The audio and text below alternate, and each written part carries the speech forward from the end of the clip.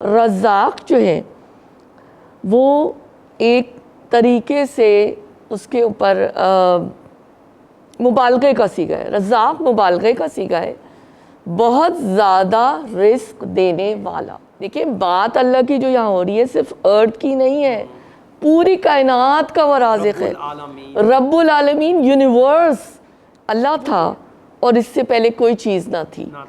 اس کا عرش پانی پر تھا، پھر اس نے آسمانوں اور زمین کو پیدا کیا اور لوح محفوظ میں ہر چیز لکھ لی۔ بخاری کتاب التوحید۔ بہت معلوماتی بات بجائیے کہ ہر مخلوق کا رزق اللہ کے ذمے ہے۔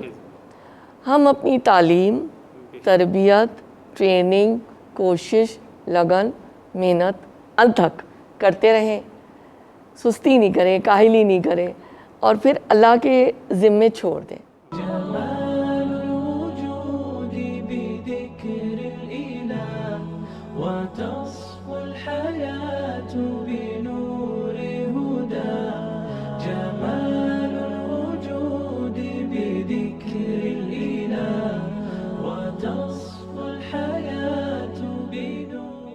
بسم اللہ الرحمن الرحیم۔ السلام علیکم۔ قرآن مجید سرچشمہ ہدایت ہے، راہ ہدایت ہے۔ یہ حکمتوں سے لبریز اور حقائق سے بھرپور اور پرکشش اسلوب سے معمور ہے۔ یہ رہتی دنیا تک ایک مستحکم دستاویز ہے، دستور حیات ہے اور آئین فلاح و سعادت ہے۔ ڈاکٹر نشابہ کے ساتھ مشق قرآن سیریز میں ایک بار پھر خوش آمدید۔ آج ہم ڈاکٹر نشابہ حسن مراد سے پارہ نمبر 12 کی تفسیر جانیں گے۔ کچھ سوالات اخذ کیے گئے ہیں، ان کے جوابات اور ان کی تشریحات بھی ہم ڈاکٹر نشابہ حسن سے جانیں گے۔ تو پروگرام میں ہمارے ساتھ آپ رہیں، بہت معلوماتی اور علمی پروگرام ہے، آپ یقینی طور پہ اس سے مستفید ہوں گے۔ ڈاکٹر صاحبہ ایک بار پھر پروگرام میں خوش آمدید۔ السلام علیکم۔ السلام علیکم ورحمۃ اللہ وبرکاتہ۔ آپ نے بہت اچھی تمہید باندھی ہے۔ جی بہت شکریہ ڈاکٹر صاحبہ۔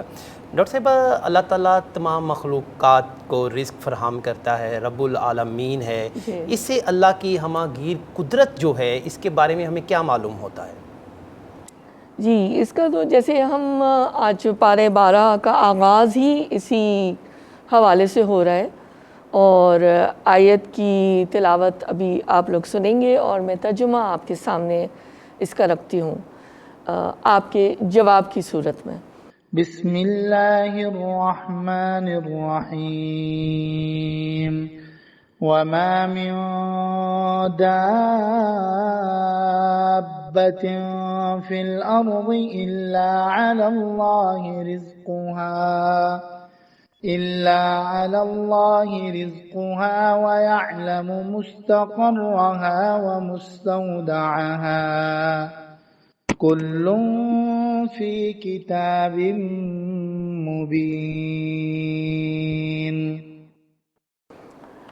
زمین میں چلنے والا کوئی جاندار ایسا نہیں ہے جس کا رزق اللہ کے ذمے نہ ہو اور جس کے متعلق وہ نہ جانتا ہو کہ کہاں وہ رہتا ہے، کہاں وہ سونپا جاتا ہے۔ سب کچھ ایک صاف دفتر میں درج ہے۔ یہ سورہ ہود کی آیت نمبر 6 ہے، اور اب میں آیت نمبر 7 کا ترجمہ آپ کے سامنے پڑھوں گی۔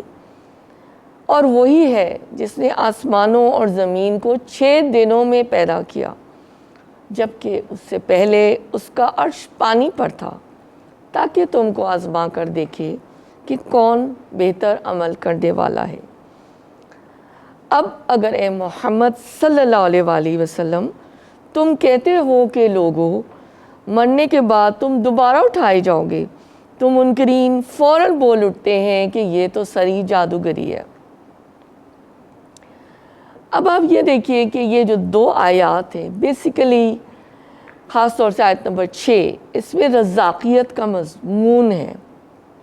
رازق کا بھی لفظ آتا ہے اور رزاق کا بھی لفظ آتا ہے۔ رازق ہمیں معلوم ہے، جیسے بہت سارے عربی کے لفظ اردو میں بھی ہمیں سمجھ میں بھی آتا ہے، رزق دینے والا۔ رزاق جو ہے وہ ایک طریقے سے اس کے اوپر مبالغے کا صیغہ ہے۔ رزاق مبالغے کا صیغہ ہے، بہت زیادہ رزق دینے والا۔ تو آپ یہ دیکھیے کہ اس آیت میں اللہ تعالیٰ نے اسی بات سے آغاز کیا ہے نا کہ رزق اللہ کے ذمے ہے.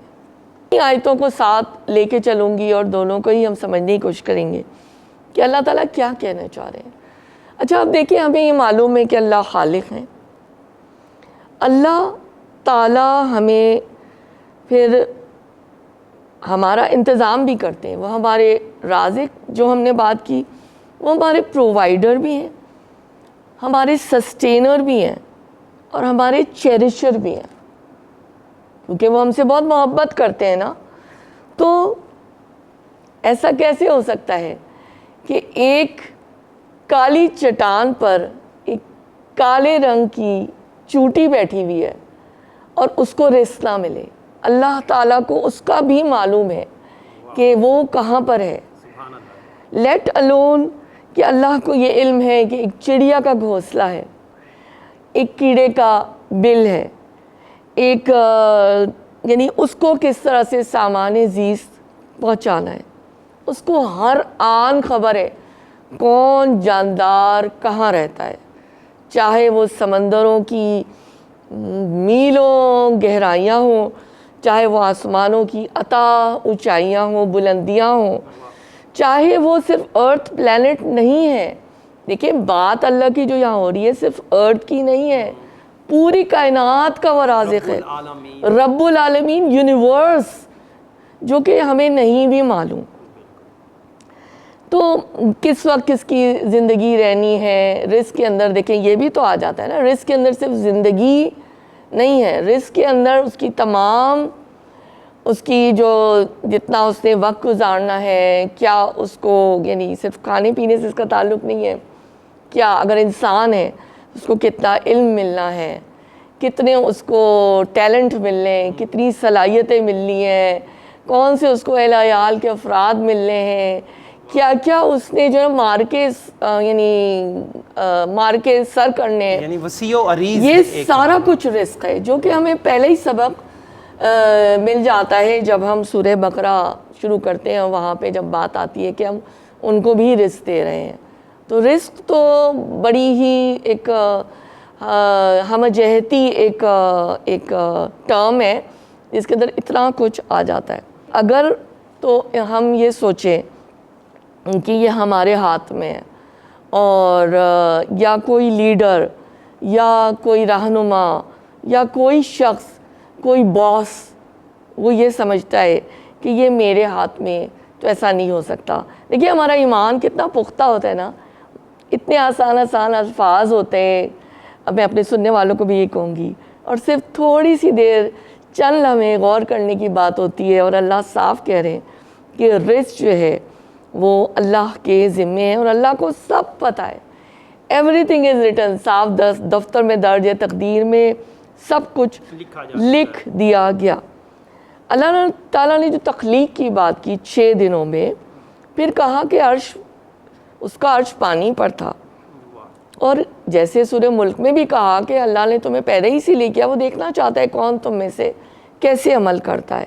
وہ ایگزامینیشن ہال میں ہم بیٹھے ہوئے ہیں نا, تو دوبارہ تم اٹھائی جاؤ گے آخرت کی طرف بھی. یہاں آیت نمبر 7 میں بات ہوئی, منکرین انکار کیے جا رہے ہوں, کہہ رہے ہیں نہیں یہ تو بھائی جادوگری ہے, اور اس طرح کی جو وہ ان کی ایک بات ہوتی تھی کہ یہ سحر ہے, یہ کھلا ہوا ہے. تو وہ ان کا ایک تنزیہ اور ایک انکار کرنے کا سٹائل ہوتا تھا. دیکھیں عرش پانی پر ہے, فوراً پڑھیں گے, فیسنیٹ تو ہم بہت ہوں گے, لیکن ہمیں سمجھ میں نہیں آ سکتا. اور ہمیں یہی سمجھ میں آ سکتا ہے کہ اللہ تعالیٰ یہ بتا رہے ہیں کہ اللہ نے جب تخلیق کی 6 دنوں میں آسمان و زمین کی, تو اس کا عرش پانی پر تھا. یہ متشابہات میں سے بھی میں سمجھتی ہوں ہے کہ اس کی گہرائی تک یا اس کا علم ہم نہیں, اللہ نے دیا ہی نہیں ہمیں, تو ہم کیسے سمجھ سکتے ہیں. اسے فلسفی اپنے نقطۂ نظر سے بیان کرتا ہے, فزکس والے اپنے نقطۂ نظر سے بیان کرتے ہیں کہ کوئی بھی شخص اگر انکار کرے تو اللہ سے وہ چھپ نہیں سکتا. اللہ کو ہر چیز کا پتہ ہے نا, ہر حقیقت کو پتہ ہے, اور اللہ تعالیٰ کی پوری فوجیں ہیں جن کی ہم تعداد بھی نہیں گن سکتے, جو کہ متعین ہیں اور اپنی ڈیوٹیاں کر رہی ہیں کائنات میں جگہ جگہ نا. تو یہ ایک استعارہ ہی ہے کہ اللہ کا عرش پانی پر تھا. اب یہ پانی تھا، یہ مائع ہے، یہ فلوئڈ ہے، اور اس کا کس طرح سے ڈھالا کوئی اور گیا، سبسٹینس ہے. جی اس کا مفہوم ہم بس یہی مان سکتے ہیں، ایمان رکھ سکتے ہیں کہ اللہ کی سلطنت پانی پر تھی.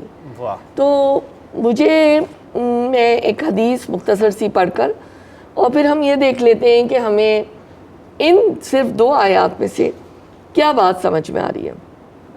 دیکھیں بخاری کی کتاب التوحید سے بھی یہ پروف ہو رہا ہے، اور رسول اکرم صلی اللہ علیہ وسلم نے فرمایا، عمران بن حسین کہتے ہیں کہ آپ صلی اللہ علیہ وسلم نے فرمایا، اللہ تھا اور اس سے پہلے کوئی چیز نہ تھی، اس کا عرش پانی پر تھا، پھر اس نے آسمانوں اور زمین کو پیدا کیا اور لوح محفوظ میں ہر چیز لکھ لی. بخاری کتاب التوحید. بہت معلوماتی بات ہے. ایک اور حدیث ترمذی کی ابواب الزہد سے ہے کہ حضرت عمر کہتے ہیں کہ آپ نے فرمایا، اگر تم اللہ پر ایسا توکل کرتے جیسا کہ کرنے کا حق ہے تو تم کو بھی ایسے ہی رزق دیا جاتا جس طرح پرندوں کو دیا جاتا ہے کہ وہ صبح کو بھوکے جاتے ہیں اور شام کو پیٹ بھر کر واپس آتے ہیں. اب ہم یہ دیکھ لیتے ہیں کہ اس میں سے تب کیا حاصل کیا ہوا ہے ہمیں. مجھے تو یہی بات سمجھ آئی کہ ہر مخلوق کا رزق اللہ کے ذمے ہے. ہم اپنی تعلیم، تربیت، ٹریننگ، کوشش، لگن، محنت انتھک کرتے رہیں، سستی نہیں کریں، کاہلی نہیں کریں، اور پھر اللہ کے ذمے چھوڑ دیں تو ایمان بھی پختہ ہوتا ہے اور اللہ تعالیٰ ضرور جو ہے نا ہمیں مایوس نہیں کریں گے.